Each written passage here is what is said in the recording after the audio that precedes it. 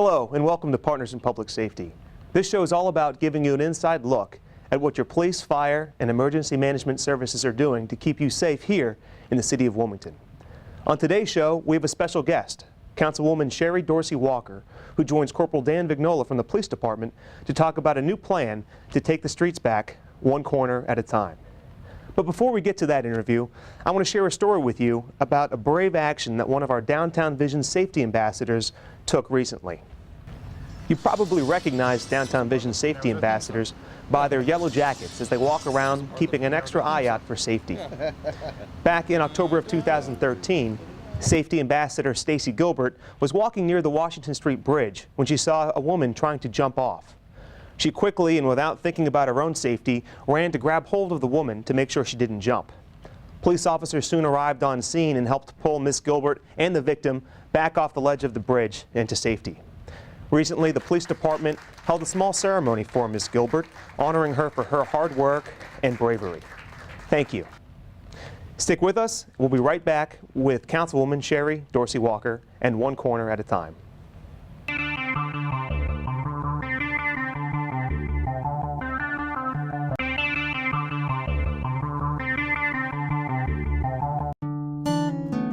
Firefighter Kevin Malloy was busy saving lives. I enjoyed my career as a firefighter. I considered myself fit. There wasn't anything physically that was stopping me or incapacitating me. I had a 5-way bypass. I was blown away by it. I was the guy that it wouldn't happen to.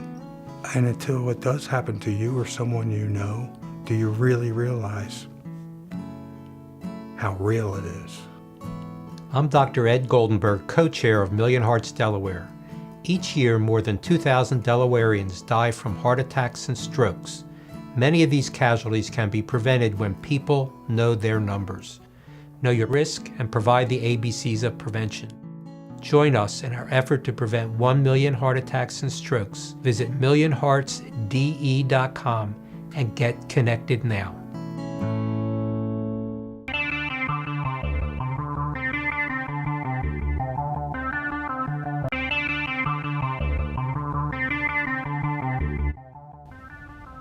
Welcome back. Joining us now is Councilwoman Sherry Dorsey Walker and Corporal Dan Vignola from the police department. They're here to talk to us about a new program called One Corner at a Time. Thank you both for joining us. Thank you for having us. So the question everyone's going to ask, of course, is what exactly is One Corner at a Time? One Corner at a Time is a program that was started by Tammy Deladon and, Tammy Dinallo and Gina Deladon. And they're both residents of the 7th District. And Councilmember Bob Williams and Councilmember Maria Cabrera and me, we were all talking to them about different things, and they were very concerned about the violence in the city, and they were also very concerned about some of the crime issues that were taking place. And so they sat with us and they said, look, we want to create a program. So it's actually the brainchild of the community. And one of the things that really just is very pleasing about it is coming into council, that was one of our objectives, to ensure that the community felt empowered. So as I call them, Miss Gina and Miss Tammy, they got together, put their heads together, and once those two get busy, the sky is the limit. And the first place that we took the corner back was 5th and Scott. So when you say take the corner back, what does that involve exactly? What it involves is we actually help them as the council members. We help them with the flyers, getting the flyers out to the community and getting the community involved. So the very first effort, there were about maybe 35, 40 people that came out at that evening, and they were just very concerned about their neighborhood. And so what they decided to do is they weren't going to just take it anymore, letting people hang on the corners and just do whatever they wanted to do. So Miss Gina and Miss Tammy said, we're all going to come together and make this work. And that's exactly what happened. So you got 30 or 40 people all together on one corner at one time at a specific date and time, I'm assuming? Yes. And what did you do on this corner? Stand there? Oh, that's a very good question. Well, that's where Corporal Vignola comes in, because Wilmington Police Department comes out with us, as well as Sergeant Ferris and several others join us. So the community's not out there alone. And what we do is we show that the police officers are your friends. So there was a situation on one of the corners on the west side of Wilmington where it really could have escalated.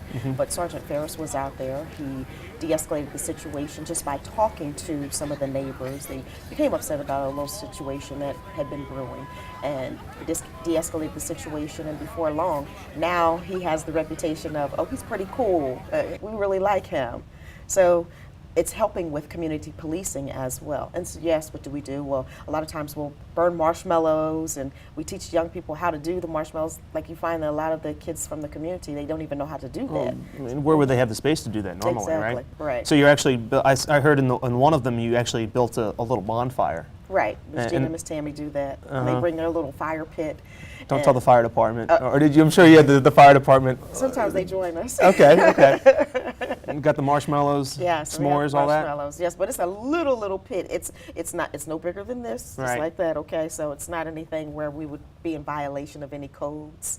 At least I hope not. I hope not. Well, we won't. I think it's important at these corners. What we're doing is occupying these corners for this short period of time. We're talking to the people of the community, and we're building relationships. And not only that, we're discussing about issues around these corners and problem solving, coming up with ideas how we can fix the short-term problems and then the long-term problems. Now, why is that important? I mean, shouldn't a lot of people would probably say that, you know, it's our job as police officers to go out there and fix these problems. Why should we involve the people who live in that area?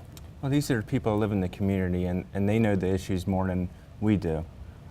So it's important for us to talk about the issues so they understand that some of these issues that we can't fix overnight, and it's not a one-time fix. It's a course of many actions that use different agencies to come up with a fix for the issue. And what is important is they get to know us. We build that relationship, we build that trust. They understand that they can come to us and talk to us, and over time we'll work together to fix whatever issue they have.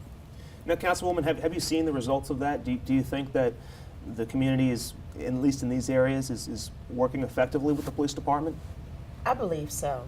Because there was one evening where we were at the corner of 3rd and Clayton Streets, and it must have been about 50 people that joined us. The Wilmington Peacekeepers came out, the community came out, and it was very interesting because what all the members of the community said, and it was just like we pushed play, and everybody said the same thing. It was like the same tape was playing. We've been wanting to do something. We've been just wanting somebody to come and help us. And so they really just wanted to be mobilized. And so it was really a great opportunity to bring the community together. And then they were able to talk about, as Corporal Vignola just said, some of the issues that were happening. And then once the community feels empowered, then they know they have the power to do whatever needs to be done to take back their neighborhoods. And you find that there's a lot of really good people in the city of Wilmington.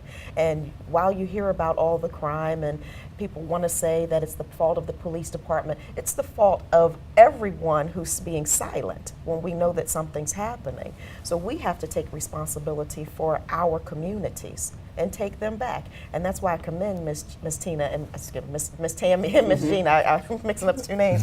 Miss Tammy and Miss Gina, because they decided to do something about this situation.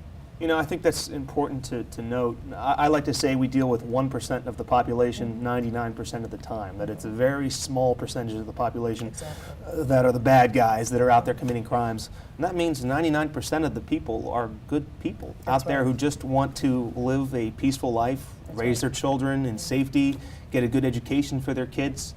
I think that's something those are shared values that we all have. Exactly. And I think there's a role for the police department Definitely. in there. It's not just about arresting people. Is that right, Dan? It's also about being role models, getting to know these kids, letting them know, that they don't have to be doing bad things to make money. I mean, we can, it's about getting on their level, talking to them, and almost becoming friends with them. Now, Councilwoman, what you were just talking about, empowering the community and getting everyone to work together, that's what you're kind of discussing or talking about is something we've been talking about as part of our larger public safety plan, which is building stronger neighborhoods. Right. Can you both talk a little bit about that? Whoever wants to go first, what that really, let's start with you, Dan. Building stronger neighborhoods, how does the police department do that? Well, I believe the first step is building those relationships. We want to be able to create that working relationship with the community. We come up with ways how to fix these issues and lets the community become more interdependent, which that means is working together to fix their issues.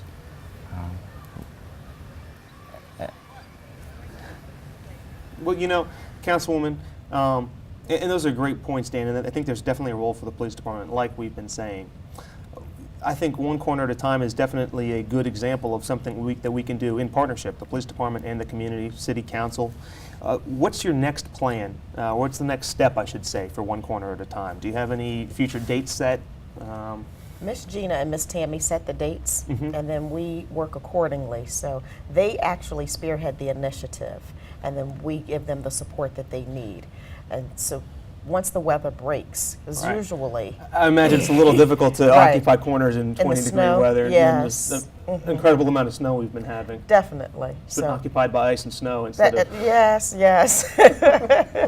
So it has helped, but I believe that one corner at a time, in conjunction with the mayor's new policing deployment plan and with the police department, we can all work together to actually reclaim the land, if you will. And do you think this is something we can expand to other parts of the city? I mean, right now it's focused in one area in your district, correct? Not necessarily. Initially, it started off that it was in the 5th, the 6th, and the 7th districts, which is the west side of Wilmington. However, Miss Gina and Miss Tammy did take it. There was a shooting, I think it was like 27th Street. And then right after that shooting, it was in the summertime, we went over there and they occupied one of the corners there, and they actually stayed till almost 12 o'clock at night.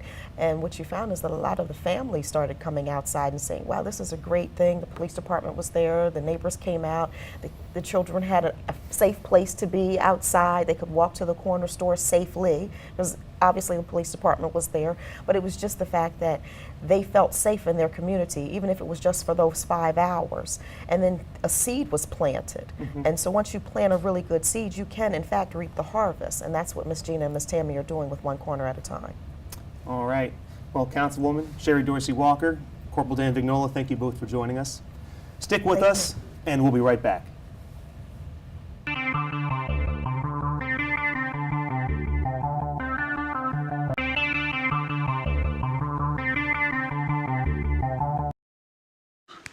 Look at me. Hey. Raymond, look at Mommy. Maybe the light hurts his eyes. Maybe she's just not hungry. Maybe he can't hear us. Maybe we're not stimulating him enough. Maybe it's a phase.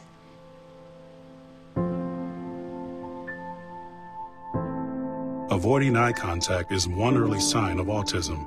Learn the others today. The sooner it's diagnosed, the better.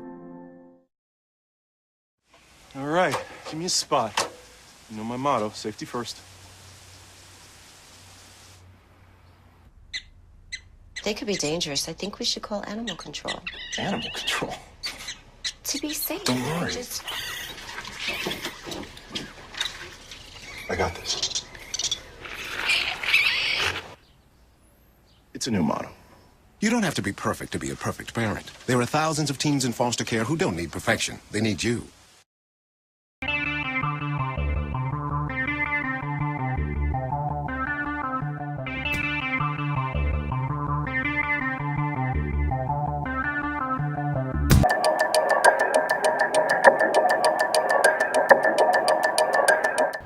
The Wilmington Police Cold Case Unit investigates unsolved crimes that go back as far as 30 years or more. I recently had the chance to visit the scene of one of these cold cases that occurred back on January 5th, 1981. Brad Ploner was just 25 years old when he was found murdered by his father on a wintry day just like this one. His father returned home from a family vacation to Florida and found that his son Brad had not reported to work at his business, A. Ploner & Sons. Concerned, the father came back to the 4400 block of Whittier Road and found his son's car parked right in front of the house. When he went inside, he made the horrifying discovery of his son shot to death in the second-floor master bathroom. An initial police investigation found that on the night of January 4th, 1981, there were numerous subjects who came to visit Brad and came and went from the residence. However, at this point, we have no suspects. Now, over 30 years later, this case remains unsolved. However, with new modern DNA techniques, we may be able to crack this case if we have the right leads. We're asking you to call the Wilmington Police Cold Case Unit at 576-3937 if you have any information. Recently, our producers sat down with Director George Giles from the Office of Emergency Management to discuss a new system, the Delaware Emergency Notification System. George, could you explain to me what Code Red is and why it's so important to me? Okay. Our Code Red in the city of Wilmington is the vendor that we use for doing emergency notifications via telephone, text, or any media on how we're going to notify the public of an impending emergency or emergency conditions that we want them to adhere to. When will Code Red be used? Code Red will be used anytime that the city feels or the state feels that there's any emergency condition and or pending emergency. Could be a snow event, could be a flooding event, could be a public health event. We've used it in Wilmington. It is still under the Delaware Emergency Notification System, another tool in our toolbox for notification, but it is the new vendor that we have. Code Red will be used to notify not just residents, but businesses and anybody traveling through Delaware based on its mobile applications available. So this is in addition to what we may hear on the radio or see on TV or on the website? Absolutely. This will be a direct notification to a specific phone number, a specific media device that will tell them what the pending emergency is, what actions we would like them to take, and or if we want them to stay in their homes, shelter in place. If we think that we're going to be evacuating, tune to the radio station or our channel 22 for further information. We will give them exactly what information by the text message and or by a verbal word message over their telephones of what they are expected to do. Now tell me, does the Code Red already have my telephone number, or do I need to sign up for Code Red? Yes, good question. Like I said, we've had this system in place in Delaware for about 5 years. Before it was just a different vendor. Code Red is a vendor. The system is the Delaware Emergency Notification System. As I mentioned, we do have that on our city website, all the emergency websites. They do have your phone number. Typically what we have right now is one phone number for every address in the city of Wilmington. That number you can go in and change. And now with the enhanced Code Red, you can then go in and add multiple phone numbers or multiple devices. But we do have a phone number for every physical address in the city of Wilmington, and that cannot be blocked. It's not like a nuisance call that you're getting that won't come through. This message will come through. So that's my landline it would have. And I have a cell phone, so I can go in and include my cell phone if I have multiple cell phones. Yes, and we're going to start in April 1st when the registration starts for adding multiple devices. People can go in, actually check to make sure their address is right, make sure that they can, by putting their phone number in, and then they'll be able to actually add different devices, add different numbers. If they want more than one number, a second number, which will mean that if we call their home, they're working that day, might call their work phone number, might call their cell phone to let them know that there's emergency in their community, not to come back to that area in case they don't hear it on any media device. So that's going to be the nice enhanced things about the Code Red part is it's enhancing the availability to get more than one device out. Family members, my kids, they have their own cell phones. Would I be able to add that to the... You would. We would not call all of them unless we don't get a hold of the first number. Our typical thing is it's not a individual notification, it's a location notification. So it's the pending emergency based on that location, 22 South Heald Street. That's where the emergency is in that area. We want to notify residents or people around that area. It would only notify those addresses that we designate within that area. that we want notified. Oh, I see. So beyond the Wilmington area, We could do that, yes. We could notify, because disasters typically don't have boundary lines, as you know. I mean, we could be at the Port of Wilmington. It falls in the city of Wilmington. A lot of that area surrounding that is not in the Wilmington area. So we do have the ability. It is a statewide system. We do have a phone number the system has a phone number for every address in the state of Delaware. So if we feel that that address is within the location of where we want to get that message out, I have the ability as an emergency manager, police department, fire department, public health, has that authority to get that message out to that recognized area for that type of event. Now tell me, is my information protected? Yes, absolutely. Based on the contract, we have a contract with the company. The state doesn't let them share the list with anybody, share the numbers with anybody. As you know, typically, if you have an unlisted number, it's hard to get that number. We have those numbers. We can get those numbers through law because it's our job to notify people, and we don't want those calls blocked. But all your information is protected. Okay, how do I recognize a code red message? You'll actually hear the message.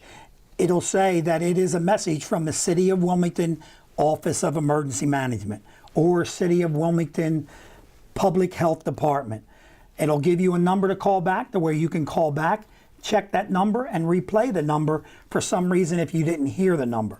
It allows you to touch a button on your phone and replay the message. It will mention the Delaware Emergency Notification System that it is an official notice, but if you want to check on that to make sure that the information you're getting, there will be a number for you to check. And then if it's a local event, which most of them are, we will actually provide a number of where to call for further information. In our case, a typical flood event for this area, South Wilmington. We'll put on my phone number for the office here, have those certain residents in Southbridge contact my number for further information. So they can always call the non-emergency number for the City of Wilmington to make sure that it's not just somebody calling them and starting something or doing anything. Now, when I receive this code red message, what do I do?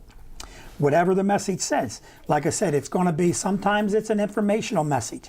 We use this same system to notify people to boil their water. We've had a water problem and the water's brown and they can see that, and we'll tell them not to use it for washing of clothes or to go to where we want them to do. Go to the local media, go to the local radio station or the TV station, or call the public health number or our city water department to find out more information. So it'll give you exactly what we want you to do. Seek other information or emergency actions. Go indoors, a tornado. Go indoors immediately, or shut your doors, close your windows, do not leave your house. It'll give you those exact words. Right. So, okay, now I have a cordless phone, and it doesn't work when the power goes out. How will the system how will the system be able to contact me? And if I Well, it becomes a problem just like every other device that depends on electric. But we always ask you to have, if you do have a power go out, have a regular landline phone available to be able to plug in. Because even the cordless phones, you have to plug some device into the phone system. So we ask you to keep that old device, even though it might not be what you want to see on your living room table or something. But we ask you to keep that and use that. And then please register a backup number with your cell phone or something like that when you're able to register for the contact information. Because if we call and it doesn't go through to that cordless, then we will call the second number immediately. How early does that code red go out? Well, we as soon as we're aware of the emergency and as soon as public safety officials, again, determine that we need to notify the at-risk population. It has to be initiated by the public safety official. It's not an automatic, if there's a tornado warning in the area, everybody's going to get a message. We determine who's at risk. We determine if they're at such a risk that we need to get them a direct message that it's that bad in that area, but we try not to use code red for the old call wolf thing. We don't want to, we don't want to alert everybody every time there's a rainstorm or every time the snow's going to fall. We want to notify them when there's actions for them to take that they wouldn't take normally during the course of an event. Okay, now what circumstances might prevent a message from being delivered to me? Well, we talked about the power outages. Right. We talked about you being on the phone. Okay. Again, the system's only going to recognize that it can't get through. Nobody's answering it. It could be many things that happens in your house. I don't know. The kids knock the phone off the hook or something like that. But again, we think we have everything identified to where if that message isn't delivered to that device that we have, we'll know it. We'll be aware of that and try to figure out how we're going to get that message out to that area or that device. So you're taking every possible step to get to every citizen in the city to make sure they're alerted when there's an event. And again, we call it a tool in the toolbox. It's not the only system that Wilmington has for notification, as you know. We have our siren system, we have our AM radio station, we have Channel 22. All that's going out simultaneously. The news media, people on TV are going to see it. They're going to start calling, well, how come it's happening and I don't know? We get those calls all the time. So, and so again, this is another exact message for a defined population, which will really help the people outside of that area that don't have to worry about that direct threat to them. It's just a general emergency for them.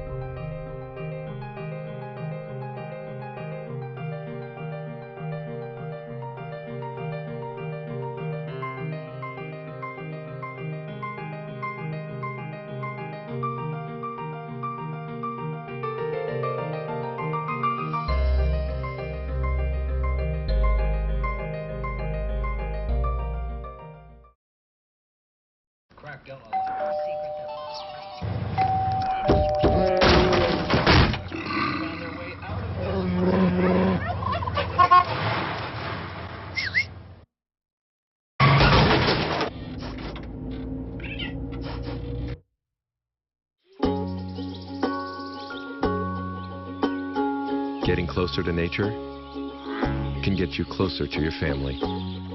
Go to discovertheforest.org.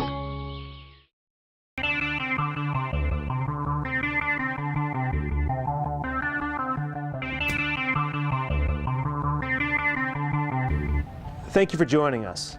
Before we go, we want to say goodbye and give our best wishes to Inspector Victor Ayala, who recently retired after 32 years of dedicated service to the City of Wilmington and our police department. During his 32-year career, Inspector Ayala served in almost every department that this police department has. He was a respected cop, a good officer, a good mentor, a leader, and his leadership will certainly be missed. Best wishes on your new career, and good luck. Thank you for joining us. We hope this was a good show for you, and we'll see you next time.